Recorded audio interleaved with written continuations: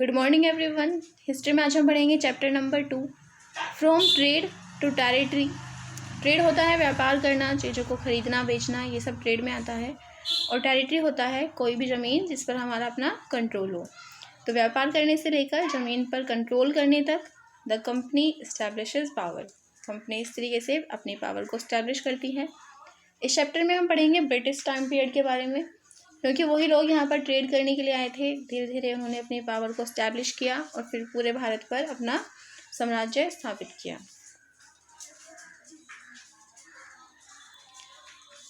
Aurangzeb was the last of the powerful Mughal rulers. Aurangzeb आखिरी सबसे ताकतवर मुगल शासक था।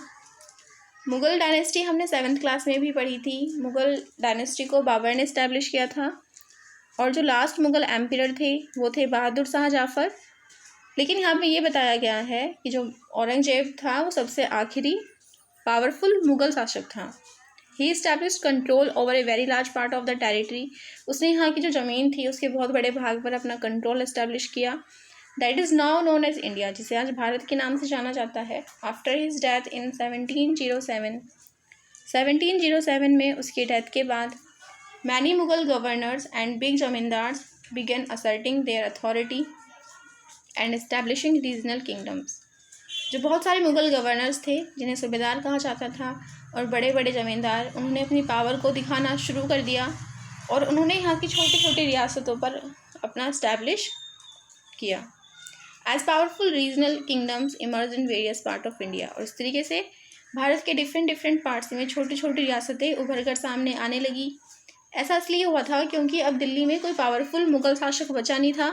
पहले तो जो मुग़ल शासक थे वो बहुत पावरफुल हुआ करते थे और वो पूरे भारत पर ही अपना कंट्रोल रखा करते थे। लेकिन औरंगजेब के मरते ही जो भारत की छोटी छोटी रियासतें थी वो उभर कर सामने आने लगी थी। वहाँ के ज़मींदार सूबेदार, वहाँ पर उन्होंने अपना कंट्रोल इस्टेब्लिश कर लिया था। तो इसीलिए जो दिल्ली था अब वहाँ पर कोई इफेक्टिव सेंटर बचा नहीं था। By the second half of the 18th century के सेकेंड हाफ में a new power was emerging on the political horizon. एक नई पावर उभर कर सामने आई, the British. Did you know that the British originally came as a small trading company. क्या आप जानते हैं जो ब्रिटिशर्स थे वो यहाँ पर एक छोटी ट्रेडिंग कंपनी के रूप में आए थे। And were reluctant to acquire territories, और उनकी कोई इच्छा नहीं थी यहाँ की रियासतों पर अपना कब्जा करने की। How then did they come to be masters of a vast empire. तो ऐसा क्या हुआ कि वो यहाँ के इतने बड़े साम्राज्य के मालिक बन बैठे। In this chapter you will see how this came about. इस चैप्टर में हम पढ़ेंगे कि ये सब कैसे हुआ। तो इस पिक्चर में देखो, ये बहादुर शाह जाफ़र है, लास्ट मुग़ल एम्पियर, और ये उनके बेटे हैं। इन्होंने 1857 की क्रांति में भाग लिया था जिसमें इनकी हार हो गई थी। तो इसी कारण अंग्रेज़ों ने बहादुर शाह जाफ़र को उनकी पत्नी के साथ जेल में डलवा दिया था और उनके बेटों को इन्हीं के सामने गोली मरवा दी थी।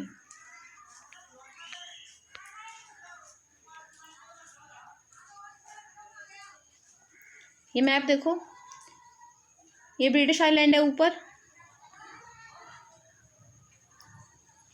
यहाँ पे ब्रिटिश आइलैंड है, ये यूरोपियन कॉन्टिनेंट में पड़ता है, और ये है इंडिया। डायरेक्शन ऊपर होती है नॉर्थ, ये साउथ, ईस्ट और वेस्ट। तो ब्रिटिश आइलैंड से इंडिया ईस्ट में पड़ता है। और ये जो ब्रिटिशर्स थे समुद्री रास्ते से होते हुए इंडिया में आए थे। अब हम पढ़ेंगे East India Company comes East. East India Company East में आती है। In 1600 the East India Company acquired a charter from the ruler of England Queen Elizabeth First, granting it the sole right to trade with the East. 1600 में जो east India company थी उन्होंने England की महारानी Elizabeth से एक charter हासिल किया था। उसका मतलब ये था कि वो ईस्ट में ट्रेड कर सकेंगे बिना किसी कंपटीशन के। With this charter the company could venture across the ocean looking for new lands from which it could buy goods at a cheap price. जो चार्टर था उसमें ये लिखा था कि दूसरी कंपनीज इंग्लैंड से ईस्ट इंडिया कंपनी के साथ कंपटीशन नहीं करेगी, वो ईस्ट में अकेले ही व्यापार कर सकेंगे। तो इससे नहीं फ़ायदा हो गया था कि वो समुद्र के रास्ते आते थे, नई नई ज़मीनों को ढूंढा करते थे जहाँ से उन्हें सस्ता सामान मिल सके, और फिर वो यूरोप में वापस जाकर उसी सामान को महंगा बेच दिया करते थे। इससे उन्हें बहुत फ़ायदा हो रहा था क्योंकि उन्हें यहाँ पे सामान सस्ता मिल जाया करता था और यूरोप में वो उसको बहुत महंगा बेचा करते थे। The royal charter however could not prevent other European powers from entering the eastern markets. जो रॉयल चार्टर था वो सिर्फ इंग्लैंड तक सीमित था कि इंग्लैंड की दूसरी कंपनीज यहाँ पर नहीं आ सकती, लेकिन यूरोप में तो और भी बहुत सारे देश हैं जैसे कि फ्रांस, डच, पुर्तगाल, उन वहाँ से भी फिर दूसरी कंपनीज यहाँ पर आने लगी ट्रेड करने के लिए। सबसे पहले तो यहाँ पर पुर्तगाल से आए थे वास्को डी गामा इंडिया में 1498 में, जिसने समुद्री रास्ता यहाँ इंडिया का खोजा था। उसके बाद यहाँ पर डच आए थे और उसके बाद इंग्लिश लोग आए थे और उसके बाद French. The problem was that all the companies were interested in buying the same things. Problem ये थी कि सभी कंपनीज इंडिया से सभी मतलब एक ही चीज़ खरीदना चाहते थे। The fine qualities of cotton and silk produced in India had a big market in Europe. जो यहाँ की अच्छी क्वालिटी का कॉटन था और जो सिल्क प्रोड्यूस होता था इंडिया में, यूरोप में उसकी एक अच्छी खासी मार्केट थी। Pepper, cloves, cardamom, cinnamon too were in great demand. जो काली मिर्च, लौंग, इलायची थे, इनके भी वहाँ पर बहुत अच्छी खासी डिमांड थी। Competition amongst the European companies inevitably pushed up the prices eight which this goods could be purchased and this reduce the profit that could be earn. अब कंपटीशन बढ़ गया था क्योंकि सभी कंपनीज इन्हीं चीज़ों को खरीदना चाहती थी, तो फिर इनके प्राइस बढ़ गए। प्राइस बढ़ने के कारण जो वो प्रॉफिट कमाया करते थे, अब वो प्रॉफिट कम हो गया था।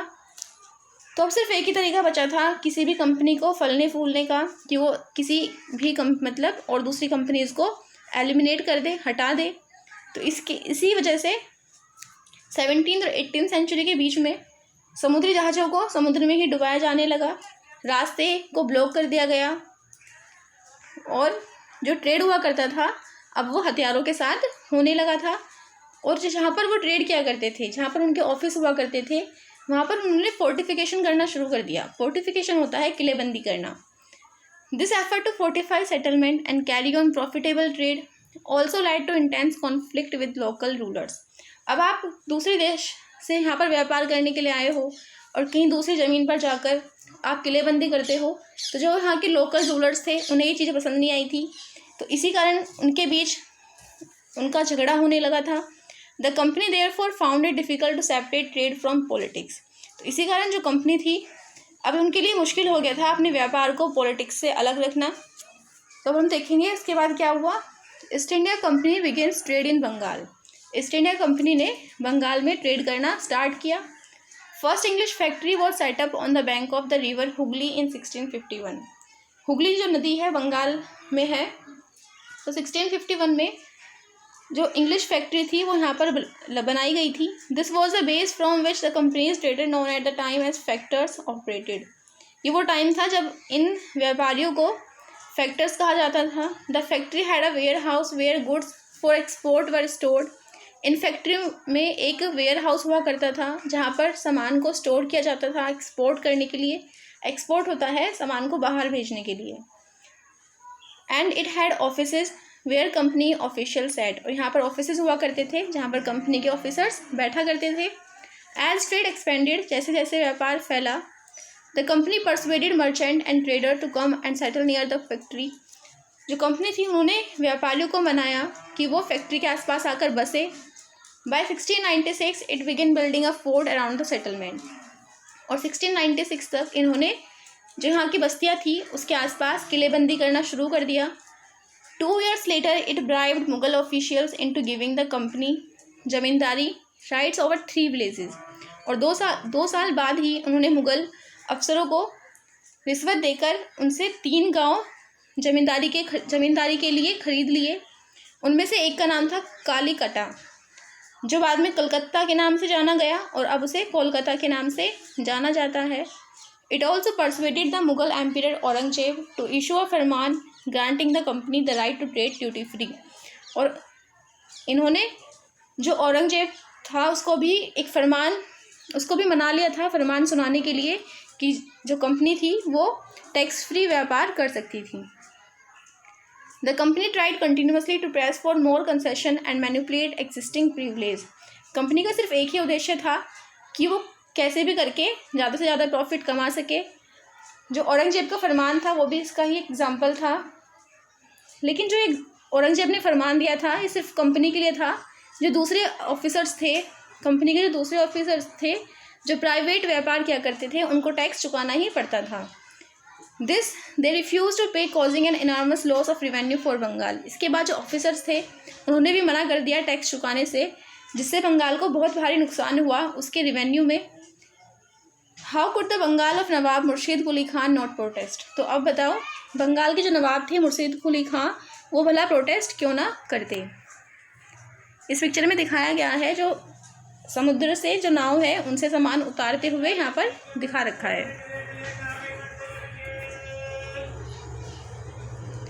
पहले फोटो देख लो, ये रॉबर्ट क्लाइव का है। How trade led to battles. जो व्यापार था वो युद्ध में कैसे तब्दील हुआ। Through the early 18th century the conflict between the company and the nawabs of Bengal intensified. 18th century के स्टार्टिंग में ही कंपनी और जो बंगाल के नवाब थे उनके बीच झगड़ा ज़्यादा बढ़ गया था। After the death of Aurangzeb के डेथ के बाद the Bengal nawabs asserted their power and autonomy. जो बंगाल के नवाब थे वो उन्होंने अपनी पावर को दिखाना शुरू कर दिया था, as other regional powers were doing at that time. और इसी तरीके से दूसरी पावर्स भी ऐसे ही उभर कर सामने आ रहे थे। Murshid Quli Khan was followed by Alivardi Khan and then Sirajuddaulah. Bengal में जो नवाब थे सबसे पहले मुर्शीद कुली खान थे, उसके बाद अलीवर्दी खान और उसके बाद बने वहाँ पर नवाब सिराजुद्दौला। ये सब के सब बहुत स्ट्रॉन्ग रूलर थे। They refuse to grant the company concession. इन्होंने मना कर दिया कंपनी को कोई भी छूट देने के लिए। Demanded large tributes for the company's right to trade. इसके बदले उनसे ट्रिब्यूट्स मांगी गई व्यापार करने के लिए। Denied it any right to mint coins. उन्हें सिक्के डालने से भी मना कर दिया गया। Stopped it from extending its fortification. और उन्हें मना किया गया कि वो अब किलाबंदी ना करे। Accusing the company of deceit, they claimed that the company was depriving the Bengal government of huge amounts of revenue and undermining the authority of the Nawab. उन्होंने कंपनी पर ये आरोप लगाया, धोखाधड़ी का आरोप लगाया और कहा कि जो कंपनी है वो उनके साथ धोखाधड़ी कर रही है और जो बंगाल का रेवेन्यू है उससे इसमें बहुत ज़्यादा गिरावट आई है। इट वॉज रिफ्यूजिंग टू पे टैक्स। इसके बाद भी कंपनी ने टैक्स चुकाने से मना कर दिया। Writing disrespectful letters. उन्होंने उनको अपमानजनक पत्र लिखे। And trying to humiliate the nawab. और नवाब जो थे उनका अपमान करने की कोशिश की। And Nawab and is officials, उनके अफसरों का भी। The company on it's part declare that the unjust demand of the local officials. Company का अपनी तरफ से ये कहना था कि जो नवाब थे वो बेमतलब में ही डिमांड कर रहे थे, क्योंकि बिना tax the trade off the company and trade could flourish only if the duties were remove. उनका मानना ये था कि इंडिया में ट्रेड जब भी फ्लोरिश, तभी फल फूल सकता है जब यहाँ पर टैक्स ना दिया जाए। It was also convince that to expand trade it had to enlarge it settlement. उनका ये भी कहना था कि अपने व्यापार को बढ़ाने के लिए उन्हें यहाँ पर बस्तियाँ बनानी पड़ेगी। बाय अप विलेजेस, उसके लिए उन्हें गांव खरीदने पड़ेंगे और किलेबंदी करनी पड़ेगी। The company led to confrontation and finally culminated in the famous battle of Plassey. और जो ये आपस में इनका झगड़ा था ये बाद में फेमस बैटल ऑफ प्लासी के रूप में आकर उभरा। बैटल ऑफ प्लासी का युद्ध। When Alivardi Khan died in 1756। जब अलीवर्दी खान की मृत्यु हो गई 1756 में, Sirajuddaulah became the nawab of Bengal. Bengal के जो नए नवाब थे वो सिराजुद्दौला बने। The company was worried about his power. Company बहुत दुखी थी उसकी पावर को देखते हुए। And keen on a puppet ruler who would willingly give trade concession and other privilege. वो चाहते थे कि बंगाल में किसी कठपुतली शासक को बैठा दिया जाए जो उनके इशारों पर नाचे, उन्हें छूट दे। So it tried though without success. उन्होंने कोशिश भी की लेकिन उन्हें कोई सफलता नहीं मिली। To help one of Sirajuddaulah rivals become the nawab. वो चाहते थे कि कोई सिराजुद्दौला का कोई दुश्मन हो जिसको नवाब बना दिया जाए। And infuriated Sirajuddaulah asked the company to stop meddling in the political affairs of his dominion, stop fortification and pay the revenues. इसके बदले में सिराजुद्दौला ने कंपनी से कहा कि वो पॉलिटिकल अफेयर्स में अपनी टांग अड़ाना बंद करे और किलेबंदी को रोके। After negotiation failed. जब आपस की बातचीत उनकी फेल हो गई, नवाब ने 30,000 सेना को लेकर अंग्रेज़ों पर मार्च कर दिया, चढ़ाई कर दी कासिम बाज़ार में, और उन्होंने कंपनी के जो ऑफिसर्स थे उनको बंदी बना लिया, उनके हथियार छीन लिए, उनके जो समुद्री जहाज़ थे उनको भी ब्लॉक कर दिया। और फिर इसके बाद उसने कलकत्ता में मार्च किया कंपनी को घेरने के लिए। On hearing the news of the fall of Calcutta, Calcutta के हारने की खबर सुनकर company officials in Madras sent forces under the command of Robert Clive. जो कंपनी के ऑफिसर्स थे मद्रास में, उन्होंने एक सेना भेजी रॉबर्ट क्लाइव के कमांड में। उसको नेवी आर्मी की भी हेल्प मिली थी। उसने फिर कोशिश की नवाब से बातचीत करने की। Finally in 1757 Robert Clive led the company's army against Sirajuddaulah at Plassey.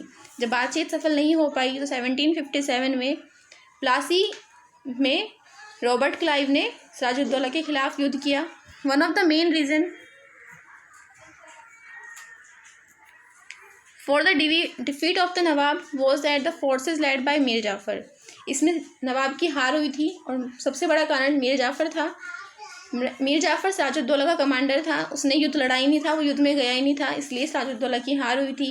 Clive had manage to secure his support by promising to make him nawab after crushing Sirajuddaulah, क्योंकि क्लाइव ने उससे वादा किया था सिराजुद्दौला के हारने के बाद नवाब उसको बना दिया जाएगा। The battle of Plassey became famous because it was the first major victory the company won in India. Battle of Plassey बहुत फेमस है क्योंकि ये पहली बड़ी जीत थी कंपनी की भारत में।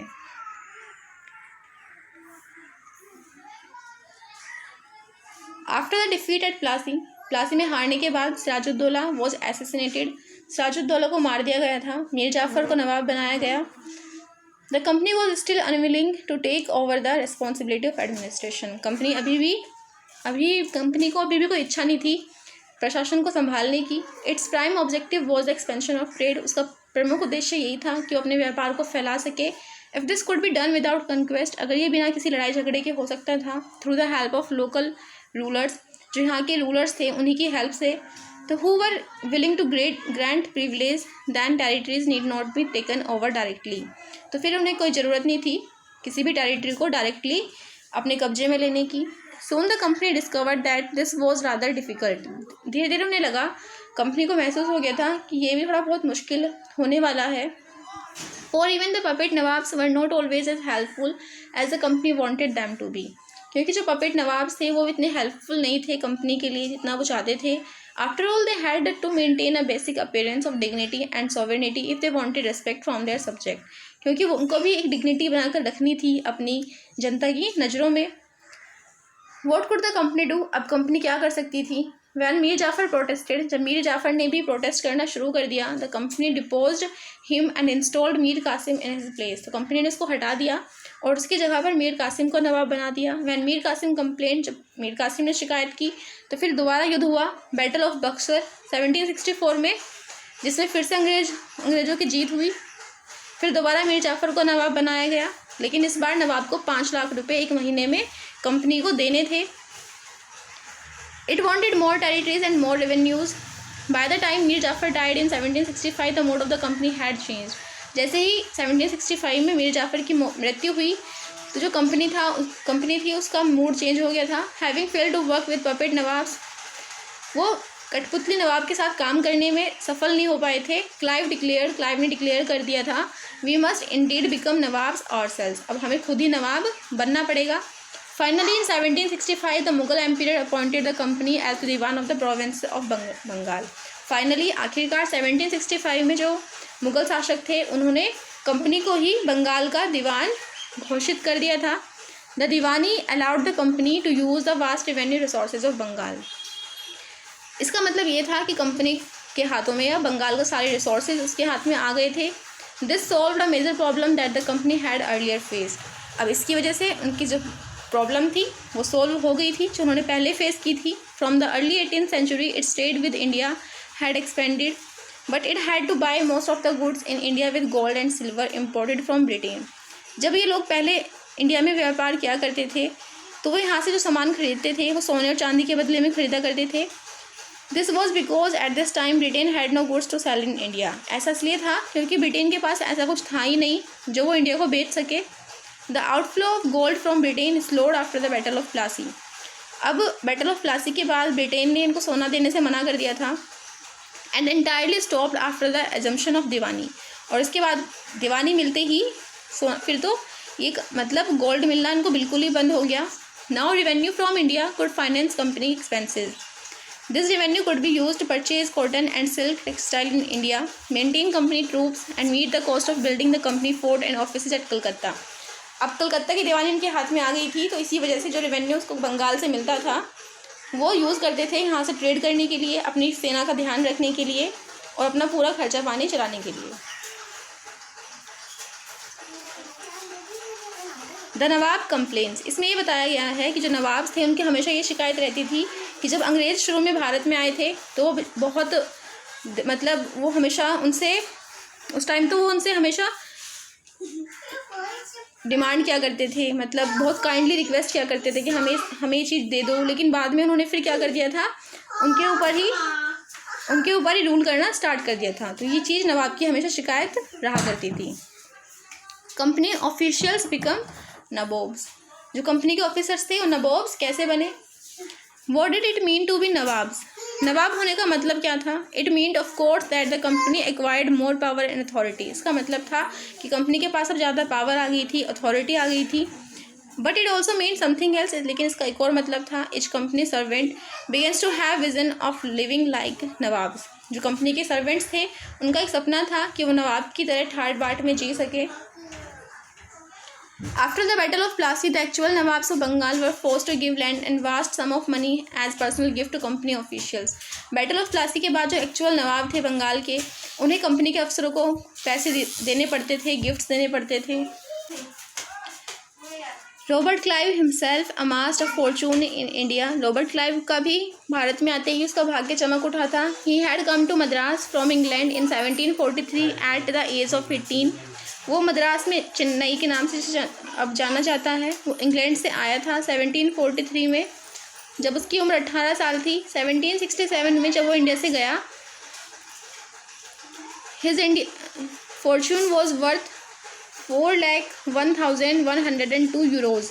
तो उसकी जो प्रॉपर्टी थी उसके पास इतना पैसा था। Interestingly when he was appointed governor of Bengal in 1764, और सबसे बढ़िया बात तो ये है जब उसको बंगाल का गवर्नर अपॉइंट किया गया था 1764 में, he was asked to remove corruption in company administration but he was himself cross examine in 1772। उसको यहाँ पर अपॉइंट किया गया था करप्शन को कम करने के लिए, लेकिन 1772 में उसे खुद सफाई देनी पड़ी थी।